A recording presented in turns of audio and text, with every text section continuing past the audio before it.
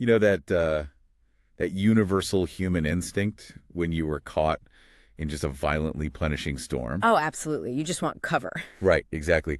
You immediately look for a structure, like a Oh. cabin, ruined temple, literally anything with a roof. You just want a safe haven where the chaotic rules of the elements, no longer apply to you. Yes, you just want the noise to stop. Mm-hmm.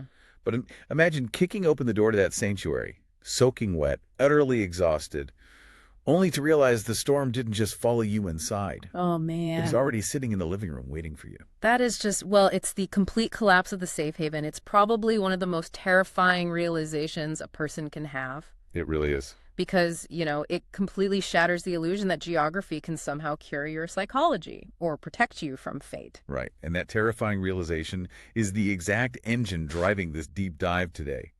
We are unpacking session 6 of our adventurer's journey. And things are bleak right now. So bleak. The status quo of this party is entirely shattered.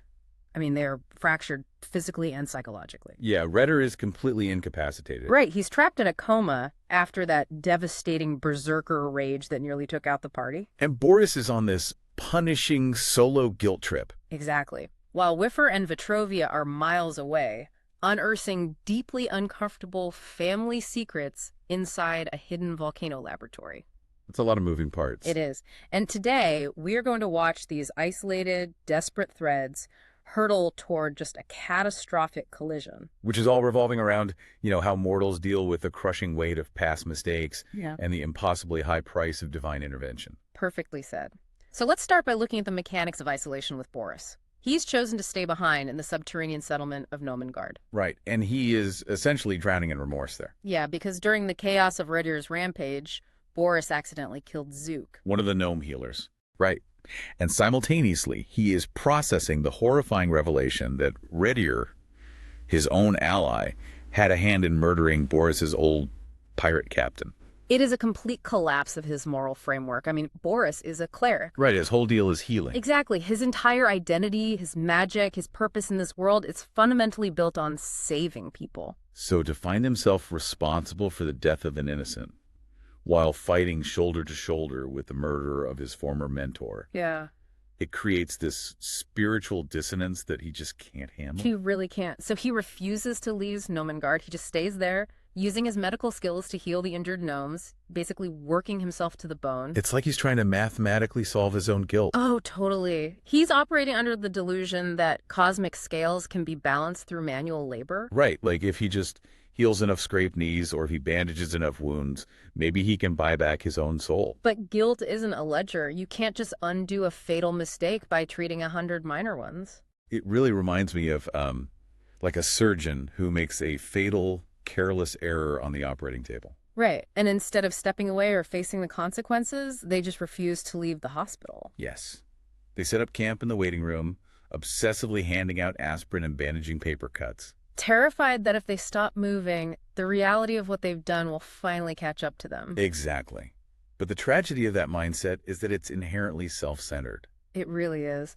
Boris thinks his guilt is the center of the universe right now. Right. He views himself as the ultimate monster, Redir as an unforgivable villain, and the world is just this chaotic, punishing place. He's entirely trapped in a binary way of thinking, which is why the intervention that finally breaks this cycle is so brilliant. It really is, because it doesn't come from his god. No. It comes from one of his victims, an older gnome woman named Shayla. She's the one coordinating the wagons of injured gnomes, right? Yeah, dealing with the direct fallout of the party's actions. Mm. So she approaches Boris, and she hands him Redir's greatsword. Right. She is physically handing back the instrument of her people's destruction. And she doesn't offer him cheap forgiveness. No, she's very honest. She says, I am angry too. He killed my people. But I saw sorrow in his eyes, even as he rampaged. And then she delivers that line that completely reframes the narrative. Yes. She says, we are all marching to the beat of our own tragedy. That phrase completely disrupts Boris's worldview. How so?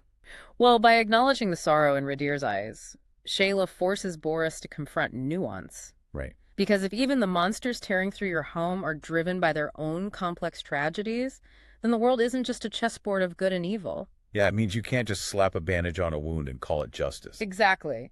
To actually find peace, Boris has to stop reacting to the chaos and start seeking the underlying why of the world. Which directs him straight toward the Shrine of Truth. An old sanctuary of Savras, the deity of divination and fate. Right. Shayla basically tells him that wallowing in the mud isn't helping the gnomes, and it certainly isn't helping him. He needs objective truth. So Boris gets on a horse and heads down the Tribor Trail. He is actively choosing to pivot from a guilt-ridden healer to a seeker of truth. But stepping onto the path of truth makes you incredibly visible to the forces that thrive on chaos. Oh, we see that almost immediately. The trail down to the shrine is violently interrupted. Boris is ambushed by this massive, unnaturally aggressive boar. And the source material makes it clear this isn't just random wildlife. No, it's Gorthok, a shape-shifting blood anchorite. Right, a high-level operative for the cult of Talos. And we should probably look at the mechanics of what a blood anchorite actually is. Yeah, it's not just a fancy title for a zealot. Not at all. To become an anchorite, you are fundamentally tying your mortal soul to the destructive, chaotic forces of nature. You are anchoring your existence to the storm itself. It is the literal manifestation of the destructive path Boris is desperately trying to walk away from. Right, and the fight escalates, but before a lethal blow can be struck, the sky basically cracks open. Yeah, the ambush is abruptly called off by the old man. Which is the physical avatar of Talos, and he's flanked by a massive blue dragon. The sheer scale of this encounter is just suffocating. It's meant to be. Talos reveals that this entire near-death ambush was just a stress test for his follower. And then he makes the pitch. He offers Boris immortality as a blood anchorite. It is a raw display of leverage. Talos is demonstrating that Boris's life is entirely within his control, and then he's offering him a seat at the table. And Boris looks at a god of destruction, looks at a blue dragon, and flatly refuses the offer. He rejects the immortality. Predictably, Talos doesn't take kindly to this. No, he declares Boris his enemy. But I have to challenge Boris's logic here because we have another character in this exact scene who highlights just how reckless this refusal might be. Right. Bashak Loud jumps into the fray to help Boris. The swashbuckling brothel owner. Bashak is powered by the goddess Calypso, but his arrangement reveals the horrifying economy of divine power in this universe. Oh, it's deeply tragic. It is. Every single time Bajak taps into Calypso's power to protect himself or ease his pain, he loses a piece of his memories. He is actively trading away the memories of his lost family just to survive the present. Right. So in a universe this brutal, where mortals like Bajak are forced to pawn off their own minds piece by piece just to stay alive, isn't Boris's rejection of Talos actually incredibly foolish? It really looks like tactical suicide, certainly. He just painted a target on his back for a god who commands literal storms. He did. But you have to view this through the lens of divine transactions. What Bajak's tragic situation reveals is that gods in this setting do not give gifts. No, they operate strictly on transactions. And the currency is always your autonomy. Bajak is buying survival at the cost of his identity. So Talos wasn't offering Boris immortality as a reward? Exactly. He was offering a collar. A gilded cage. Precisely. If Boris accepts, he never has to feel the crushing weight of his guilt again because he would no longer be Boris the healer. Right, he would just be an instrument of the storm. So, by rejecting Talos, Boris is choosing the terrifying danger of spiritual independence over the absolute safety of servitude. He is refusing to be a pawn in a divine transaction. Which is a huge character moment. It really is. And that concept of divine transactions, trading everything for the illusion of control, it bleeds perfectly into what Wiffer and Vitrovia are discovering deep underground. Yeah, because while Boris is having this theological showdown on the dirt road, the rest of the party is exploring the hidden Brightblade Karag lab. Right at the base of the Neverwinter volcano. This is where we really see the long-term consequences of trying to negotiate with fate. So Wiffer is walking through the ruins of his parents' old corporate research and development facility, and he finds a torn journal belonging to his father, Ricard Ironton. And the details inside completely dismantle Wiffer's understanding of his family's legacy. Totally. The journal outlines how, years ago, Wiffer's parents were running this highly successful weapons company. They wanted to scale up to solidify their legacy. So they sought out Savras the Soothsayer. Yeah, they went looking for strategic foresight. They wanted a business roadmap. But what they got was an apocalyptic burden. Right, because Savras didn't give them quarterly projections. He gave them a grim prophecy. He told them they were destined to save the Sword Coast by forging something called a void weapon. But achieving this would require unimaginable sacrifices. And Ricard's journal specifically contains the phrase, "We are slaves to this knowledge." We really need to unpack the mechanics of prophecy here. Yeah, because it operates very differently than we might assume. We often think of prophecy as a warning, right? Like a helpful glimpse into the future so you can prepare. But in this universe, prophecy is a trap. Exactly. The moment Savras handed Whiffer's parents that knowledge, he stripped them of their free will. They ceased to be ambitious entrepreneurs and instantly became desperate, terrified architects of a doomsday device. Building a void weapon to somehow engineer a loophole in an unavoidable apocalypse. Which is wild. Yeah. And consider what a void weapon conceptually implies. Right. It's not just a bigger explosive. It's a mechanism designed to nullify or erase a threat entirely. And to build something that alters the fabric of fate requires sacrifices that literally hollow out the creators. They traded their family's peace for the terrifying burden of being the designated saviors of the Sword Coast. The truth didn't set them free. It shackled them to a destiny they never consented to. And just as Whiffer is processing the fact that his parents' entire lives were hijacked by this god of truth. And finding references to a final mysterious facility called Lab Usluk. The ground literally erupts beneath them. Yes, heat-seeking Ankeg monsters burst through the volcanic rock, forcing the party to flee the lab. It's such a visceral reminder that the foundations of Whiffer's past were always volatile and ready to consume him. It is, and the irony here is just agonizing when you put these two storylines side by All side. right, perfectly symmetrical. Whiffer's parents went to Savras looking for clarity and ended up as slaves to a doomsday prophecy. Meanwhile, Boris is currently riding down the trail, having just rejected Talos. Heading toward a Shrine of Savras. Because he genuinely believes that finding the truth will bring him spiritual peace. Boris assumes that because Talos represents chaos and destruction, the opposite Savras, truth and fate, must represent peace. But as Ricard Ironton's journal proves, absolute truth can be far more destructive than a storm. Wow. A storm just destroys your house.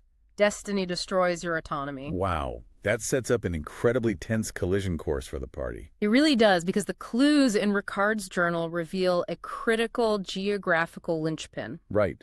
The home of Savras, the place where Whiffer's parents were handed their doomed prophecy, is the exact same location as the Shrine of Truth. Is the nexus point. Boris is heading there, seeking sanctuary from his guilt. And Whiffer's clues are pointing there to unravel the mystery of the void weapon. But the sources reveal a horrifying reality that none of the characters are aware of yet. The safe haven doesn't exist. The Shrine of Savras has already been completely compromised. It's a brilliant, cruel subversion. The sanctuary has been hollowed out from the inside. Yeah, the cult of Talos has already overtaken the shrine. Right. So the welcoming shrine keeper standing at the door, ready to greet weary travelers. He's a cultist in disguise. And the actual priest of Savras is being held hostage somewhere deep inside the compound. While the courtyards are swarming with orcs and ogres, just waiting in the shadows to spring an ambush. Which brings us right back to that terrifying realization we discussed at the very beginning. The storm was already inside the living room. Exactly. You can spend days marching through the rain, exhausting yourself to reach a specific coordinate on a map that you believe holds your salvation.